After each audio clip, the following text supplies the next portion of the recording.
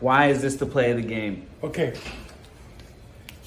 This is the play of the game because I have had so many hot dogs and lobster rolls today and sushi and shaken so many hands and went to the bathroom a couple of times and taken so many pictures a couple of times more than that. So this, ladies and gentlemen, the play of the game.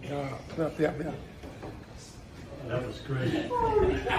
Magic will come to life for seniors at Prestige Adult Center in Huntington on June 16th, when New York Yankees executive and community consultant Ray Negron brings seniors a snippet of his life story and the incredible transformation he made after he was caught spray painting Yankee Stadium by none other than the boss himself, George Steinbrenner, in Negron's Batboy production. He's bringing special guest Prentice McNeil, formerly of the Drifters, who himself lives in an assisted facility. After more than a year of suffering through the pandemic, this is the grand reopening at the facility for seniors in the community. And when it comes to giving back, nobody does it better than Negron. With more than 50 years of service with the Yankees, Negron, a New York Times best-selling author and movie producer who lost his parents within a month's time, hopes that this dramatic reenactment will compel seniors to relive their lives in a story they'll never forget. The event is open to all seniors living in the area from 12 to 3 on June 16th. At Prestige Adult Center, 21 Walt Whitman Road, Huntington Station, New York.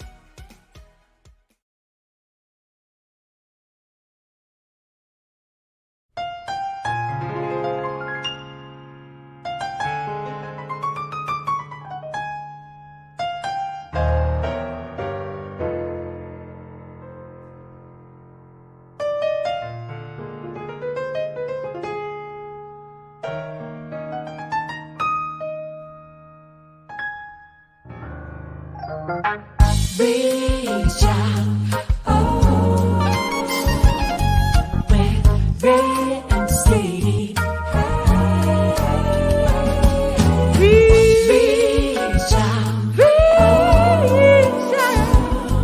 with Ray and Steve.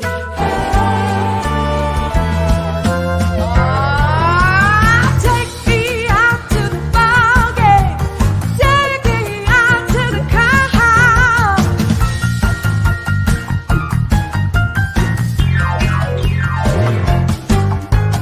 For the home team, if they don't win, it's a shame.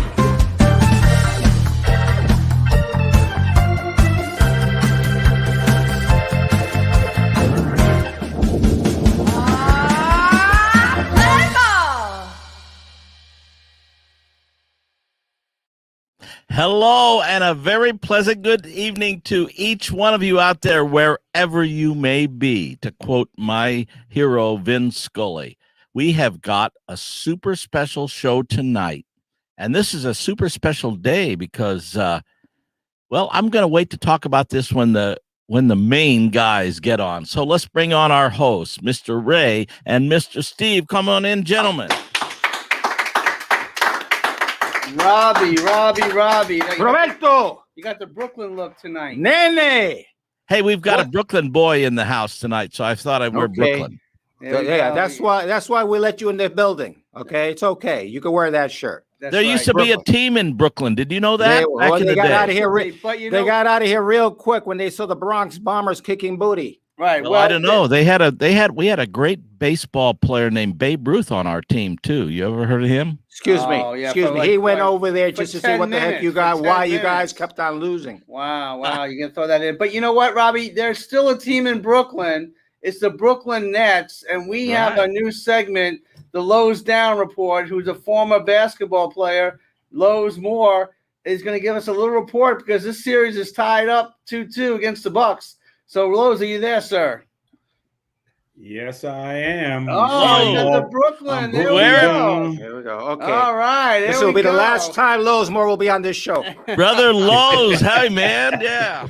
There we go. So, no, Lowe's, thank you very much. You've been an NBA basketball player. You're an author. You're the former director of the Boys and Girls Club of Mount Vernon. But here tonight, you're talking about Brooklyn Nets. What you got for us? well, let me say this. In the beginning, it's been a tough season, and a successful but yet tough season. You know, with the pandemic and a number of injuries. So we really haven't seen the Brooklyn Nets totally together to even build any kind of chemistry. But they have some great players and some great role players. And I just thought it was going to be a 4-0. But it seems like Milwaukee has just got fired up, and we've had some injuries on Brooklyn, but yet I believe we're still talented enough to win the series. Wow, and Kyrie went down. You worried about him? He has a little ankle injury there. Well, I am worried about him, man. He's so gifted and so talented, man. We just can't lose a guy like Kyrie, and expect to be great. But you know what? We have greatness in KD. Yeah. Right. And I believe, he's going to have to put forth everything he has to help us win this series right now. And the momentum is in Milwaukee's place and on Milwaukee's team. But look, somebody got KD on the team. You can never count the Brooklyn Nets out as long as they got KD. That's right. Well, we can't wait to the next game, and we want to thank you very much and congratulations because you're being elected to the New York State Basketball Hall of Fame. Awesome. Oh man, appreciate that. Yeah. August the 1st. Yeah, August the 1st. Wow. I got one question. One question. What took them so long? Yeah. Okay. Well, 'Cause everything that you have accomplished professionally, college, amateur in the streets of New York, plus the fact of what you did with all those kids with the Boys and Girls Club. I mean, you gave them such direction. Hey, this should have been done 10 years ago, but I'm glad it's being done now. Yeah, I'm not mad because sometimes it just takes a person to bring your name up, because there were so many great players in New York, right? And so whoever walks in and says, "Hey, man, Gus Williams, Ray Williams, Lowe's Moore," I didn't think of that. And so a gentleman by the name of a good friend of mine, Gary Danola, was a great high school coach in Schenectady High School in Schenectady, New York, recommended me. And so, hey, I said, "Oh yeah, Lowe's." And next thing you know, it happened. So if you have somebody out there that should be in the Hall of Fame in New York, baseball, right? Baseball or basketball, bring that name up because that's how it gets started. Oh, listen, before we let you go, what is that? They're after you again, Ray. Somebody's at my door. Somebody at my door. Before we let you go, I just want to say for all the fans out there, if you get a chance to go up to Westchester, Mount Vernon, and you get to see the mural of the greats that have come out of there, like Ken Singleton and Lowe's Moore and the Williams brothers. It's a beautiful sight to see, and it's a beautiful respect from your town in giving to you. So thank you for everything you've done so far, brother. And you got a lot more to give. Yeah, thank you. And I thank you for those other guys that are on the wall, those Ken Singletons, those Gus Williams who came before me. They were the light, right? I was in the darkness until they showed me to the light. So awesome. Well, keep the light going, bro. Well, real quick, before you come All in right. next week, the deal is you have to wear your red, white, and blue Nets jersey next week. All right. If I can find it, it's probably this big. I know those shorts hugging your butt there. Lowe's, thank you very much. We love you. We love you, man. Thank you. God bless. That's the Lowe's Down Nets report. We're going to kick it over to Tyler's Titletown report, and we're talking Islander hockey, right, Tyler? Bring it on. They won last night against Tampa. What's your thoughts about that? Oh, there you go. I love it, man. They put me in, coach. They put me in, coach, and they won. Yes. Talk about the Islanders. Have another drink. Yeah, right. You know my friend Ray here, and you know Robbie. Yeah. I think I know them. Yeah. Yeah. So talk about Islanders hockey. Well, we have the Islanders up 1-0 in the best of 7, leading after a 2-1. And honestly, it felt like the score. you look at a score of 2-1 and you think it was really, really close, really tight game. It really felt like the Islanders were in control that entire game. Right. From about the 5-minute mark of the first period up until about 2.5 minutes left, it felt like Tampa Bay literally could not do anything, and Vasilevsky was the only reason that it was even close.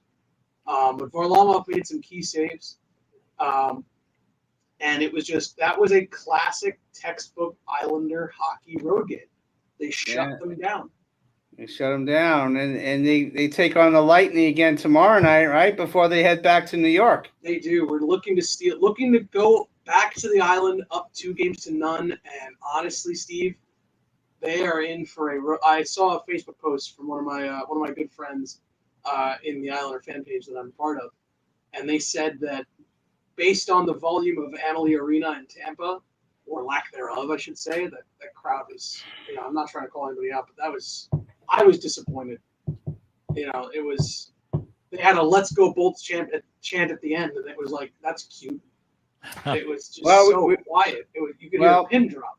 But they're going to go back to the Coliseum, and they might forfeit out of fear. We're up 1-0, so we're going to keep this going. Yes, right?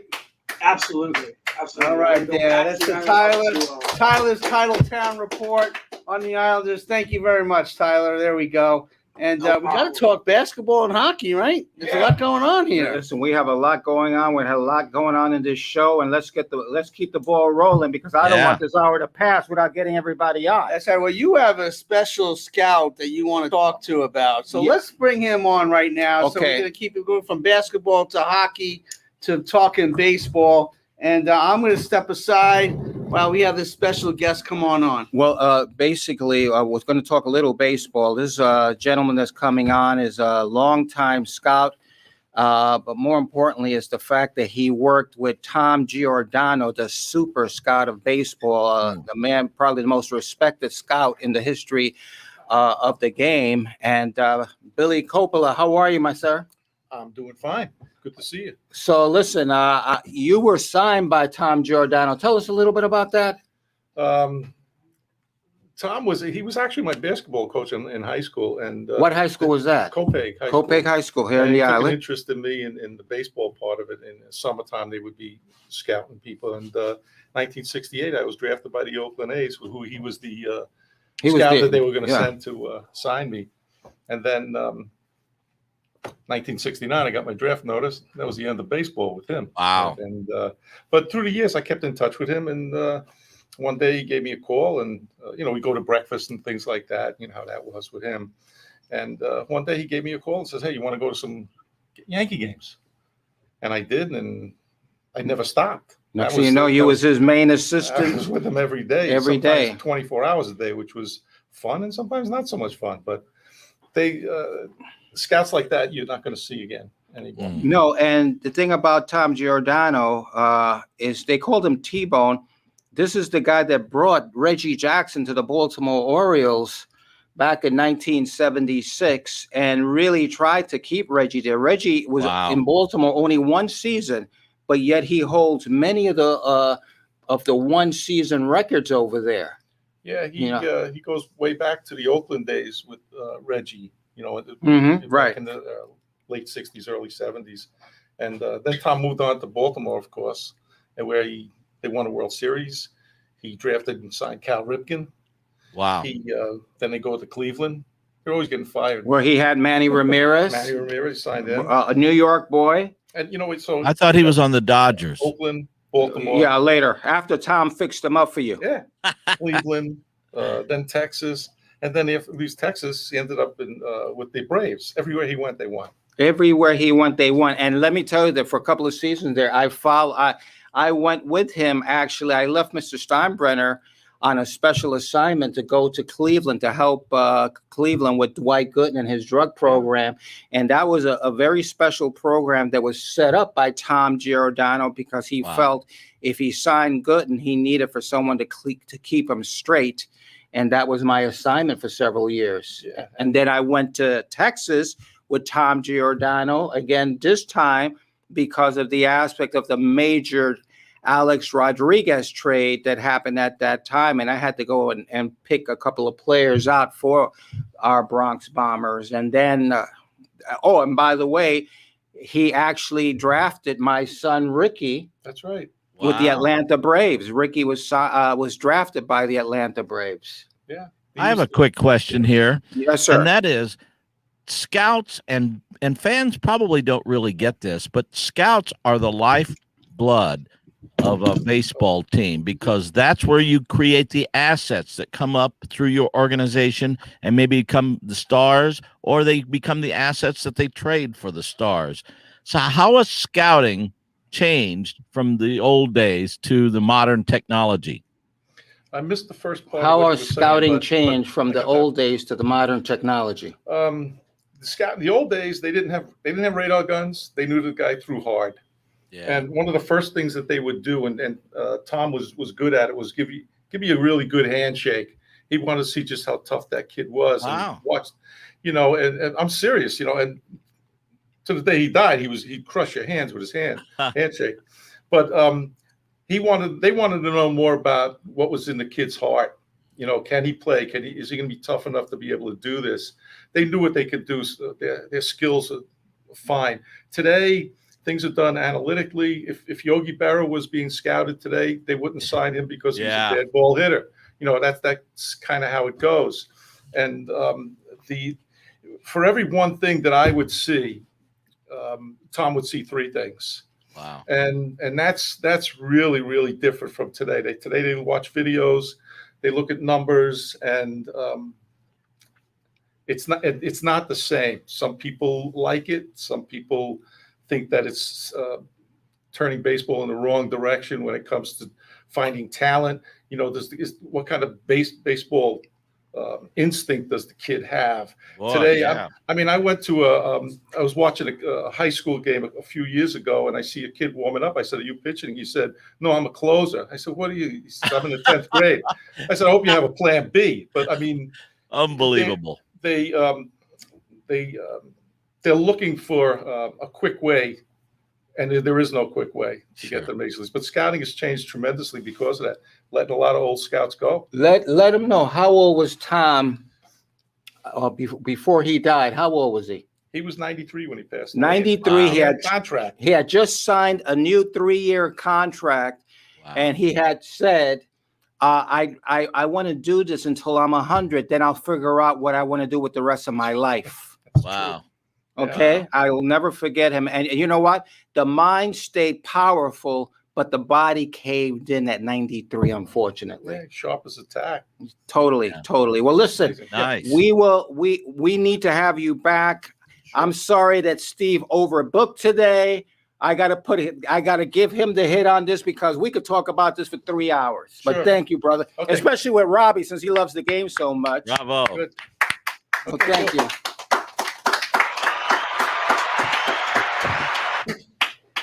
Well, Steve, I don't think I overbooked. I think you overbooked, my friend. Anyway, Oh, okay. Just bypass that. But you know what? We're gonna keep this thing going. we got to keep this thing going. We do have an inspiring story that we need to hear, and we have another former Batboy, not you, but Squeegee Castillo, and he just gave birth along with his. He gave beautiful- birth? along Wow, with that beautiful- is He gave history. birth. Yeah, that's an inspiring story. Wait a minute. Is this the first man to ever give birth? Yeah, well, let's hear from Squeegee. Hallelujah! There we go. Squeegee Castillo, come on board. Look at that beautiful boy. Look at that. Oh, man. Gorgeous, Fantastic. gorgeous. So God bless you, Squeegee. Oh, man. Beautiful. That's so cool. What's Thank his you, guys. name? What's his name? His name is Zaire Lorenzo Castillo. I mean, couldn't you give him like an American name, like Harry or Tom? I mean, you know, Or Babe. I mean, it's going to take me at least a year to learn how to say that name. Is that- Well, Ray, as you know, and thank you, Steve. Hi, Robbie Robinson. Hey, man. Love you guys, man. Thank you guys and Ray for having me on, man. I love you guys. I truly appreciate the show. Hey, don't be trying to kiss Robbie Robinson's butt over here, okay? Hey, be careful. He's a big Frankie Valley fan, Robbie. Just so you know. Hey, I love Luigi, man. He's a man. Yeah, Luigi Love you Squeegee. guys. Like I Squeegee, told Ray, you are one of the godfathers of my son Zaire, and Zaire means God's gift. I did research on it, and that's how me and my girlfriend came up with the name for this child. And He's beautiful. he has a historical He story, looks just like me. an amazing blessing. He needs more hair. Okay. But Squeegee, But- there's a doctor that really was a blessing to you and your family. Briefly, tell us a little about what happened there. Dr. Alicia, may God bless her family, her hands, and her career, her profession. I know she brings a lot of children into this world and helps a lot of women with birth. And she had to make, this was probably one of the toughest calls that she has made in her life in the ER room. And my wife was supposed to give natural birth on June 9th, and she was 9 centimeters open, and the baby wouldn't come out. She wasn't dilating, and she came in from working a long shift, and she went against. Sorry, she went against another nurse about doing. Sorry, guys. She went against another nurse call on making a judgment, waiting 15 more minutes when my son's heart rate dropped to 40, and we would have lost my child. So she had to make a quick call in an instant. And when she came back with that baby and put my son in my hands, and my wife still wasn't in the room with me, I didn't get to see my son's birth because it went from natural birth to a emergency C-section. And she was pale white, and I just saw like she went to war, but God had her hands, and God was in that room, and she saved my son, and I gave her a big hug. And she came back 2 days later to visit us in the hospital, and I told her, I thanked her so much. And she goes, a lot of people don't tell me that. And I said, from what you guys do, from community work and all, and what I've done with Ray, a thank you goes a long way. And sometimes someone needs a pat on the back, and not just take the baby and go home and never see this person again. And she was touched by it, and she's told everyone at work that that's meant the world to her, and she's going to keep pushing to bring children in this world and keep saving lives. Well, I heard that she's a big Yankee fan. Correct. And she's a big Aaron Judge fan. Okay, there we go. Yeah, she would love to be on the show today, but she's again delivering more children. And well, that's a little bit more important. Yeah, she said to Amen. you guys, she's honored that you guys would want to have her a small clip like Steve asked me, but she had no time. But she said these words. I went today because my son had an appointment to draw blood, and she said these words. That's priceless. I wouldn't change my career for anything. Wow. Hallelujah.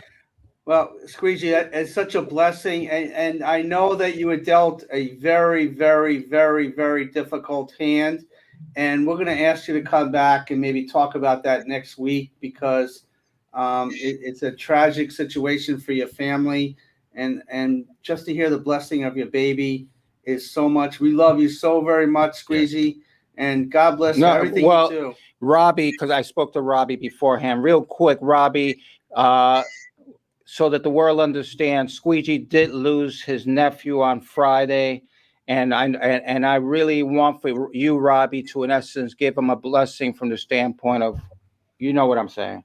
Well, I will say this, Luigi, that we're going to lift you up in prayer, you and his whole family, because it's tough to lose any loved one, of course, but I know that God's peace and God's comfort can comfort any kind of loss, any kind of hurt. And so we'll be lifting you up in prayer, my friend. Thank you, guys. Yeah, we love you, and you're going to come back next week, and we're going to talk about his life and what he meant to your family. But love that baby. God bless you. Right now, the most important thing brother. is little guy. Yes, Thank yes. you, guys. I love you Right guys. now, the most important thing is for you to take care of little Ray. I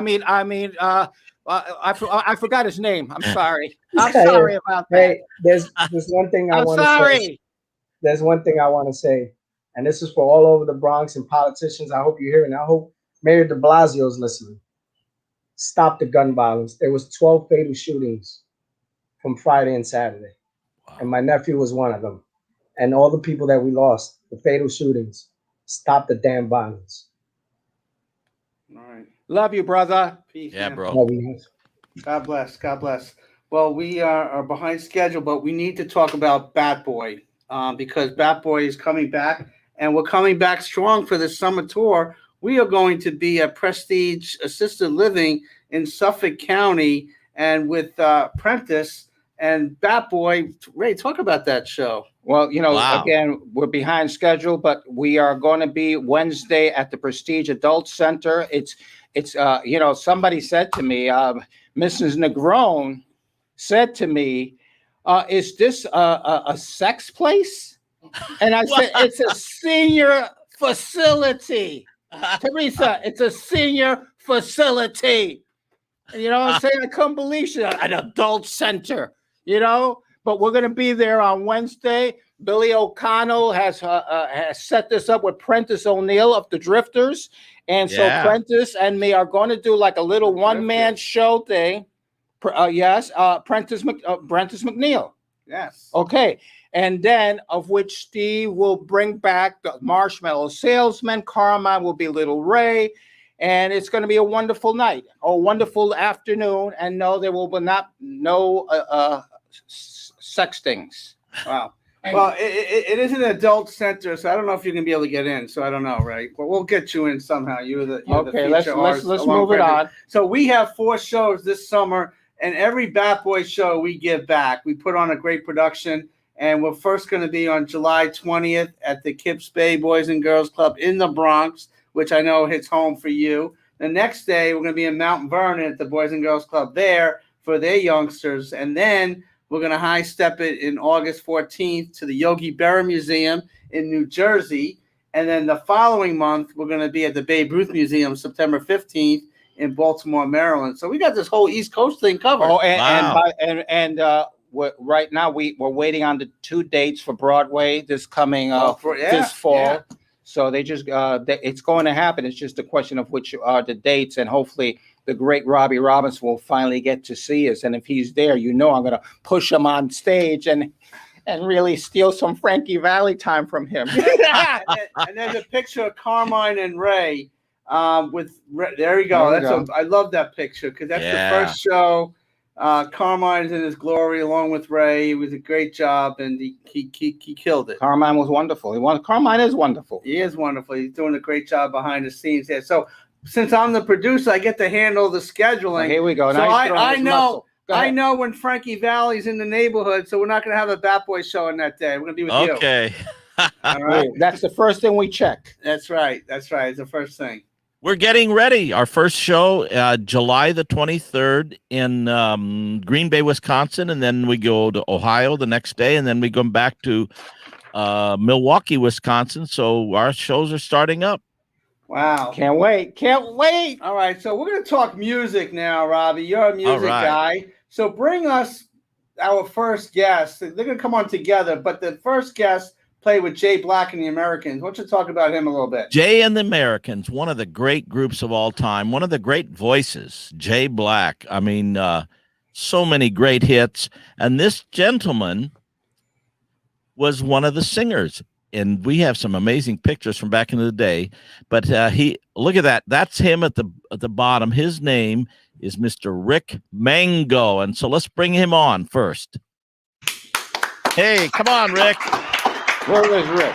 And the crowd goes wild. There he is. Rick Mango. Yes. How are you? Rick I'm Mango. good. How are you? Good. I'm doing good. How are you guys doing? Good, doing man. Okay. This is Reach Out with Ray and Steve. That's our musical director, Robbie Robinson, Frankie Valli. And Rick, talk about when you were 15 years old, what that meant to you to join this huge band. It was amazing. I got into Jay and the Americans. I was 15. The gentleman in the middle of that photograph with his hand on his chin, that's Howie Kirschenbaum. He got drafted into the Army, and he went away. And Sandy Yaguda, which is the guy all the way on the far right, Sandy was my manager when I had a group called Ricky and the Vassels. So when Howie went in the Army, they needed somebody to take his place. Sandy said to Jay, I got this kid. He plays guitar. He plays piano. He sings. Take him in. They took me in, and that's how I got in Jay and the Americans. Wow. At 15 years old, I don't know what I was doing at 15, but it definitely wasn't that. I know what I was doing. Yeah, I know. Stop, Ray. Stop, Ray. This is not an X-rated show. Yeah. No, I was playing I know. baseball. He We keeps got- taking it there, doesn't he? I was But you know, playing Rick, baseball, guys. you know, here's the thing though. Rick, there's more to this story. And it's an amazing story because Rick Mango is a great singer. I heard him singing some tracks here the other day. Well, there he is singing with Jay. I like your hairdo there in those days, man. That looks Nice. like the 80s. That probably was the 80s from the hairdo. Yes. Yeah. Yes. Looking good. But we have a little musical clip because this is a history lesson for some of our younger viewers. Yeah. So let's check out a little music that you put out there back in the day. Ladies and gentlemen, Rick and I shared a friendship with a man who they say now is in rock and roll heaven. It was a night I spent crying the entire night when I got the phone call. I spoke to him 2 days before he passed away. So we're going to dedicate this to our dear friend, one of the great voices of all time, Johnny Maestro.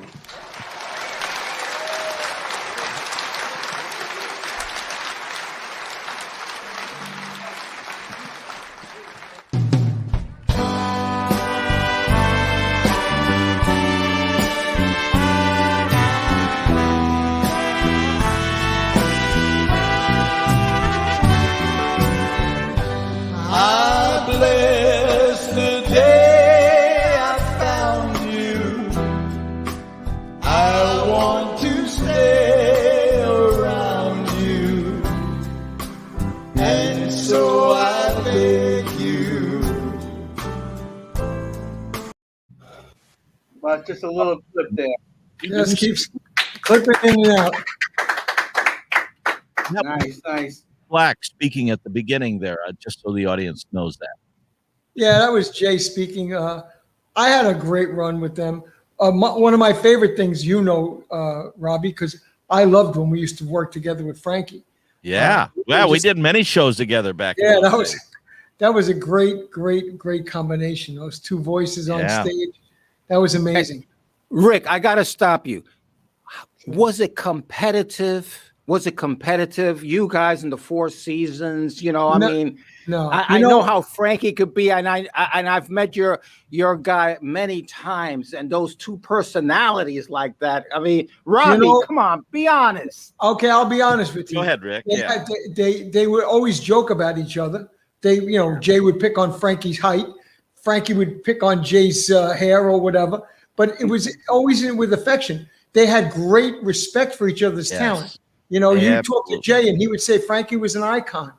It was more in jest and fun than anything else because we were friends. You got to understand, Little Anthony, Jay, Johnny, Gary Bonds. We're all friends since we're children. We all did the Brooklyn Fox together. We all did, Murray the K shows. I was just telling Robbie today, I have pictures of me and Tony Orlando at Palisades Music Park. I was like 16. He was like 17 or 18. We were doing stuff for cousins. There were so many great voices around there. But I will add this to what you just talked about respect. They had a mutual respect. One of the last shows that Jay came to see us, we were playing down in Florida, and he was in the audience, and Frankie said from the stage in front of 10,000 people, Jay Black should be in the Rock and Roll Hall of Fame. Let's do something about that. And so he has great respect for Jay. They all do. As a matter of fact, what you missed in the clip in the beginning of what Jay was talking, he was talking about, when Johnny Maestro passed away. Yes. I was literally holding Johnny's hand when he passed in Cape Coral Hospice. We were like brothers. And when Jay cried for 3 days when Johnny died. Because why? We go back to when we were children. We were all doing the same thing. It's not like today. It's a little bit different, But there is there is more to this story. And let me carry on because Rick Mango, you at 15 years old, and that voice, I heard you singing the high part there on that duet with Jay. But 15 years old, you were in a major group, great singer. Music's in your blood. Then your grandson, your grandson has that same vocal gene. No, actually, Carter's a whole lot better than Grandpa ever was. Well, I don't know, but let's bring him on. Your grandson, Carter Rubin, who just won The Voice. Bravo, Carter. I saw him on TV. I can't believe it. That's the same person. That's my Well, boy. he is there somewhere, right? Carter, Hi, Carter. hey, buddy. How Welcome, you doing? Carter. Hey, Carter, what do you think about when you see your grandfather, those pictures and that singing at 15 years old? Can you hear me, Carter? He's behind. The thing is behind a little bit. Oh, yeah, there's a little bit of a lag. Can you hear us, Carter? He got you now. Hold on. It is a full circle. Hi.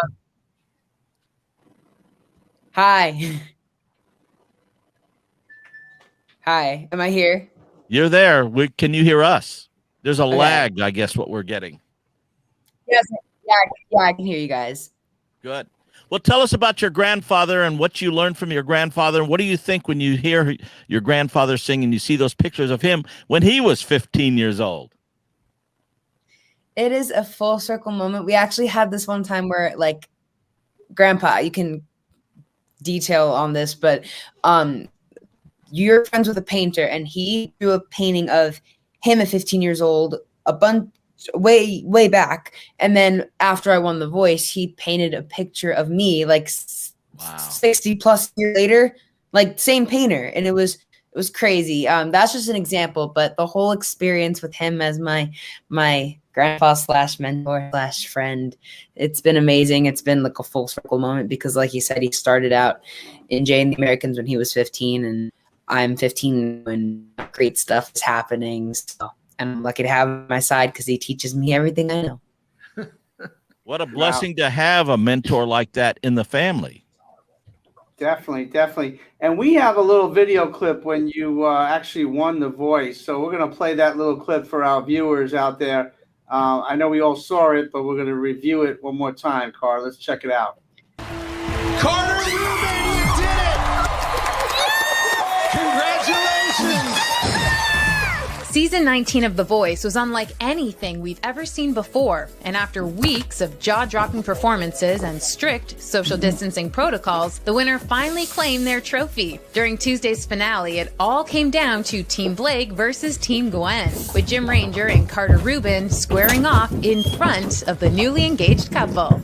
But ultimately, the 15-year-old was crowned the champion, making him the youngest male winner in the show's history. And Carter's win was also a big deal for Gwen, who scored her first ever victory, something she's probably rubbing in her fiancé's face. Now, we caught up with the winning pair right after the big reveal. But first, let's circle back to Carter's final solo performance, where he delivered a powerful rendition of Miley Cyrus's The Climb. There's always gonna be another mountain. I'm always gonna wanna make you move. Always gonna be an uphill battle. Sometimes I'm gonna have to lose. It ain't about how fast I get there. Ain't about what's waiting on the other side.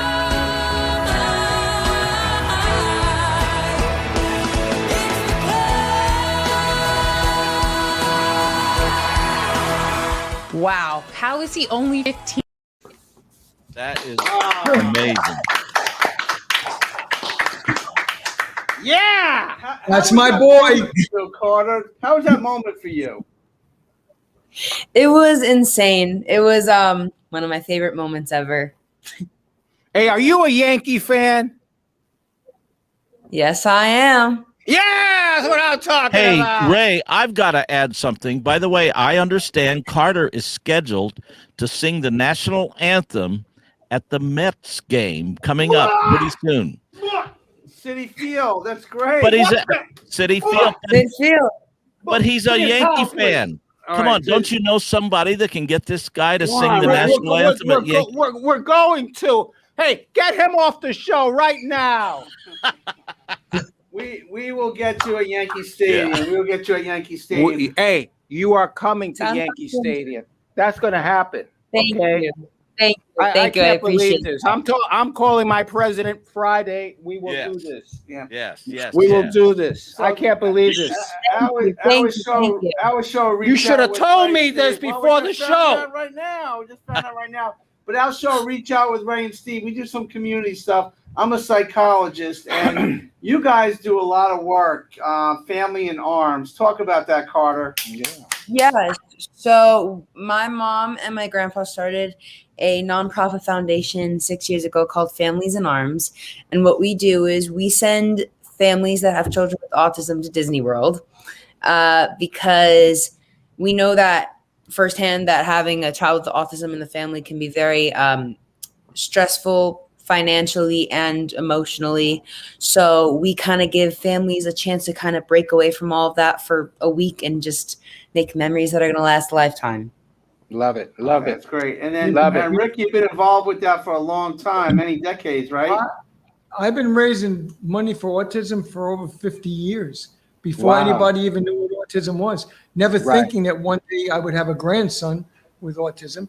But we've learned so much from Jack. Jack is our hero. In other words, Carter and I and mom and dad and the grandparents, you know, we look at Jack as the rock, and we see how much he grew in being at Disney, talking to characters, knowing that he didn't have to have a response, and singing Disney songs. And he grew so rapidly every time we would go to Disney. So we felt we would give that chance to other children on the spectrum who are, don't speak, don't want to, have eye contact.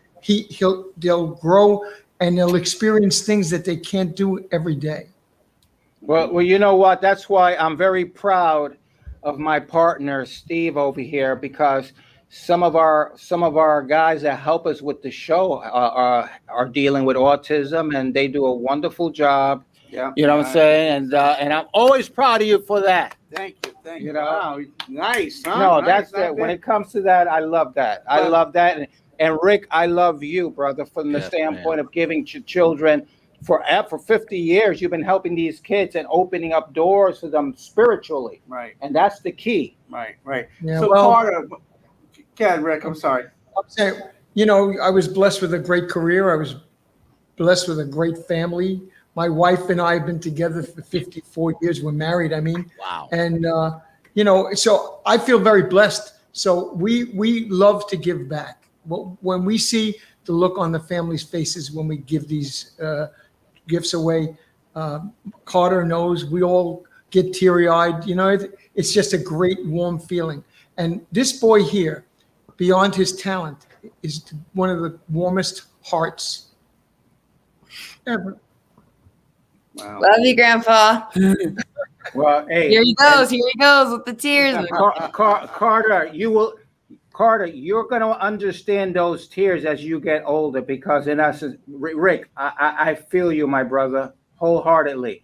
And let me say this, that some of the greatest people that in essence I've known or I known of, well, number one, the great Robbie Robinson. I love Robbie Robinson, not because he's a great musician or because he's Frankie Valli's guy, you know what I'm saying? I love him because of this, because I know a lot of people, and the ones that stay close to me are the ones that I know have been touched by God, like this man over there. And let me say, Carter, you have a major responsibility coming up, like your grandfather did, okay? Which is, if you know a guy by the name of Elvis Aaron Presley, okay, everything that I ever found out about Elvis, like as Robbie knows, one of my good friends was a guy by the name of James Brown. Right. And all that James Brown liked to talk about was Elvis Presley and the beauty of Elvis and how Elvis helped and how Elvis cared and Elvis and the black man, etc. And just understand your responsibility, which I know you do because of the man that's your grandfather right there, because he's from that era, so he understands. Absolutely. Okay? He knows everybody. Like everyone, like you met Elvis Presley. Yes. You worked with the Beatles. Yeah. Like every single name in music that you could think of, he's either known or worked with. And it's like, okay, wow, now I got to carry that on. So I will say one thing. I think there's a fraud going on here, because I heard this young man sing, and I just heard him talk, and I saw his poise and his stage presence when he was singing on that show. And when he sits here and talks so articulately, there's no way that he's still a teenager. He's got to be at least 30 years old. I think there's something going on. Really? Let's see. I'm your actually ID, buddy. Let's see your 7. ID. Well, you guys have to understand something. When I was in Jay and the Americans, we did a stadium. It was Jay and the Americans, the Tokens, and the Young Rascals. And Carter opened the show. He was 7 years old. Wow. Wow. He opened the I think boardwalk. the show was 8 years old, I think. Oh, 8 years old. I'm sorry, Oh, 8 God. years old. And When you were younger, right? When you were younger. He's been on stage and singing duets with me since he could walk. And he's Fantastic. just a God-gifted natural talent. Wow. Hey, Carter, do not be afraid to be an actor also, okay? You hear me? I love acting. Oh, good. We gotta get you in Batboy. We'll get you in Batboy. How's that? Yes. Guys, Okay, all about ready. the Yankees. You're ready. Okay, get you both in Batboy. But Carter, for a minute. No, wait a minute. Wait a minute. Wait.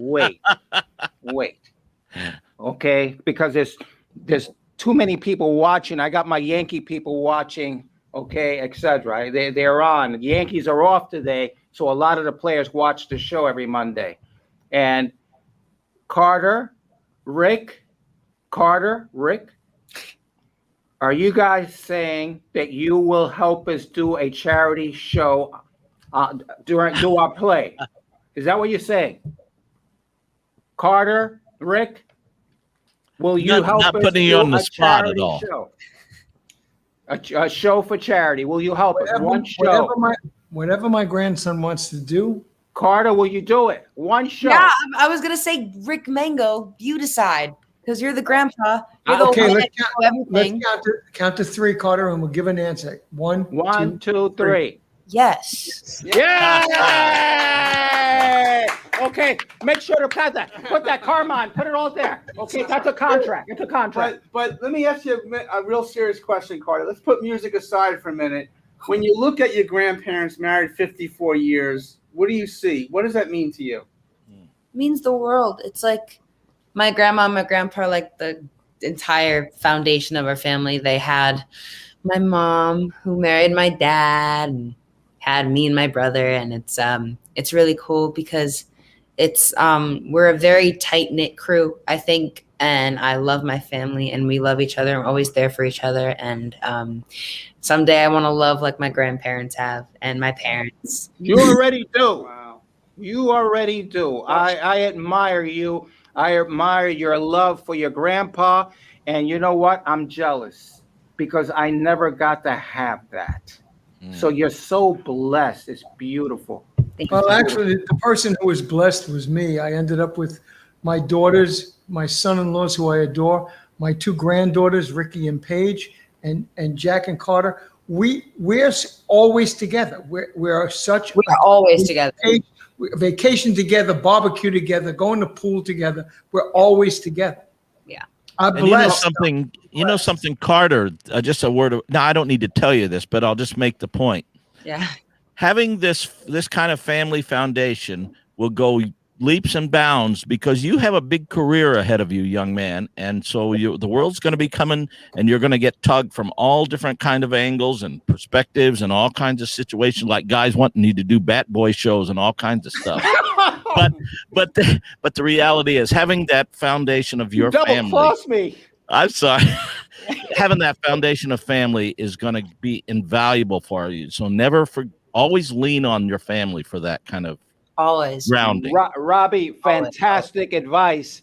And I'm going to give you one more bit of advice. And this is for Rick Mango. You know this business. You know how it can be. So you have to stay in the best shape, the best health possible for as long as possible so that you can always keep an eye on this young man. Am I right, Rick? Yes, from your mouth to God's ears. Amen. Yes. Wow. Hey, by the way, now just to show another part of, we have a clip.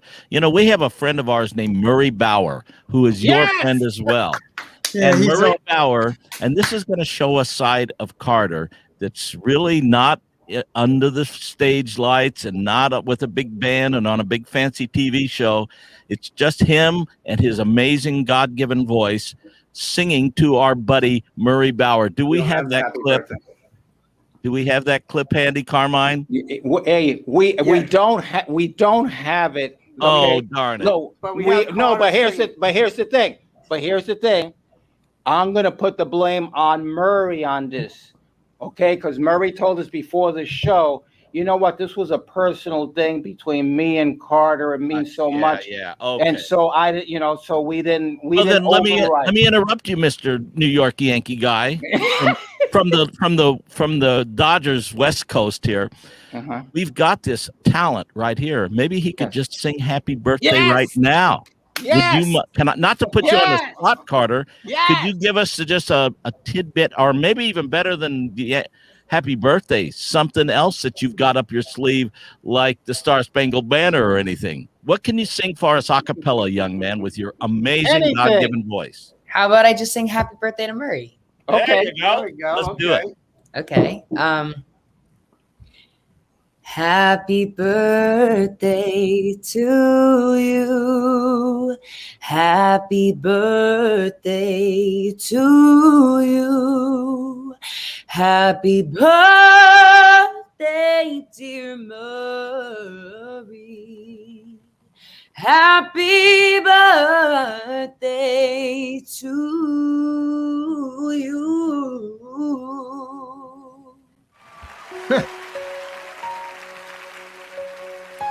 Why are there so many songs about rainbows, and what's on the other side? Rainbows are visions, but only illusions, and rainbows have nothing to hide. So we've been told, and some choose to believe it. I know they're wrong, wait and see. Someday we'll find it, the rainbow connection, the lovers, the dreamers, and me.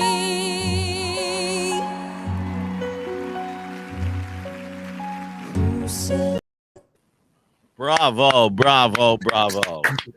So we're running out of time, guys. But Rick, we have a surprise guest for you. So let's bring him on. We got a friend of yours. You talk about friendships. We have Rick Doherty here. I think you guys know each other. Doherty? Yeah, Rick, are you there? Where's Rick? Where's Rick? Rick! It's spinning. I can see slowly here. Okay. Rick Doherty is one of my dearest friends. There he is. There he is. Yeah, that's my buddy. Can he hear us? Rick, he's frozen probably. Yeah, frozen there. He's frozen. He froze after waiting Hey, so let long. me- He's been waiting let me- for an hour. Let me throw out what when I heard that voice and when I heard you sing a cappella "Happy Birthday" to, Yes. I thought of a line that comes straight from the play Jersey Boys. By the way, Rick, well, I know Rick has probably seen it. Carter, have you seen Jersey Boys? I've heard of it. I have not seen the full You show. should see it. The story of Frankie Valli and the Four Seasons. And one of the lines in that is Bob Gaudio. He hears it and he said, "When I heard that voice, I knew I had to make music with that voice." And he's talking about the voice of Frankie Valli. Yeah. Now, and you could use Frankie is a pretty good model to pattern yourself after as far as having a career that spans, about 70 years. Yeah. So that's what I just had to say, man. That voice that you have is definitely God-given. What an amazing instrument you have. And so use it wisely, my friend. Thank you. I appreciate that. And let me tell you, our board is lit up from people wanting to say hi and all that, including my good friend Raul Lopez, who's dealing with prostate cancer right now, and he's doing great. And you lifted his spirits from what I'm seeing over here. Thank you. That means a lot. That's So- the magic that you have. So, Rick, we have Rick Doherty on the phone line. Guys want to talk for a moment? Rick Doherty, say hello to your friend, Rick Mango. Hello, is this my one of my favorite singers? Two of my favorite singers are on the show, and I was just watching. Very good rendition of "Happy Birthday," by the way. Thank you. Thank you. Rick Doherty and I, we're friends for many, many, many years. As a matter of fact, he just retired from the Suffolk County Police Department, and I was at his retirement party. I was at his function. It was great. He's a wonderful man with a good heart, great neighbor, always there when you need him. Awesome. Thank you very much. He wanted to say hi to you. Thank you very much. Hi, Ricky. Hey, Carter, I've got another question for you. So what's next on the plate on the adventures of Carter Rubin? What's next on your agenda? Glad you asked. Some good stuff. I was actually just in the studio recently because I have an amazing management team out in LA, but studio I was at a week ago was upstate New York, where my producers and writers are, and we are in the middle of creating some great stuff. I'm so excited to put new music out. It's not like what you saw in The Voice. It's more mature, edgier, and I'm so excited for everyone to hear it. I'm really proud of what we're working on, and it's hoping to get on the radio, hoping to get on the charts. I have all these high hopes and ambitions, and I'm just so excited to get started. Carter, do you dance? I'm not a very good dancer. I wish I was. I have to disagree. He was in a play where he had to do a Fred Astaire number with the hi-hat, the top hat, and the cane. Yeah, that was in like 2019. I'm not that good. Yeah, but you were phenomenal. He's great on stage. He's great in plays, great actor. He can do it all. And what we're hoping for is, when we were kids, when all of us back there were kids, we had teen idols. We had Bobby Rydell, and we had Frankie Avalon, and we had Fabian, and the clean-cut all-American boys. That's why America fell in love with Carter. He's hip. He's what's now, but he's got that old soul of being a wonderful person. And you guys are both on Long Island, right? Yeah. Yeah, we live eight minutes apart. Nice. Well, hey, I'm promising you, we have to get off, but I'm promising you, I love for the two of you to come to a Yankee game. Absolutely. I have a dream that my grandson would sing the 7th inning at Yankee Stadium. Hey, I'm on it. I'm on seventh inning. Listen to me. I am on it, but I would love for you guys to come and hang out at Yankee Stadium. Nice, and let's just have fun and enjoy the day, or enjoy a game and stuff. You know what I'm saying?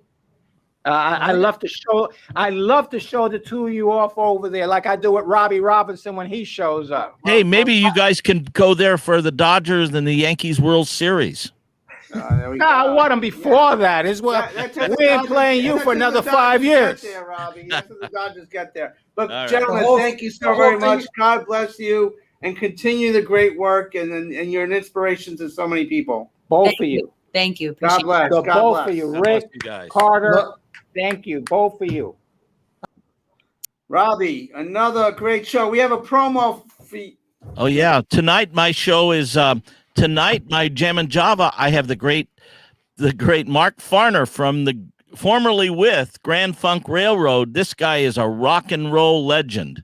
Okay. Well, we don't have time for the clip, Right. but we wanted to. What time is your show on right now? 7:00 California time, 10:00 New York time, and it's with the great Mark Farner, formerly with Grand Funk Railroad. They sold out Shea Stadium faster than anybody, including the Beatles. God bless.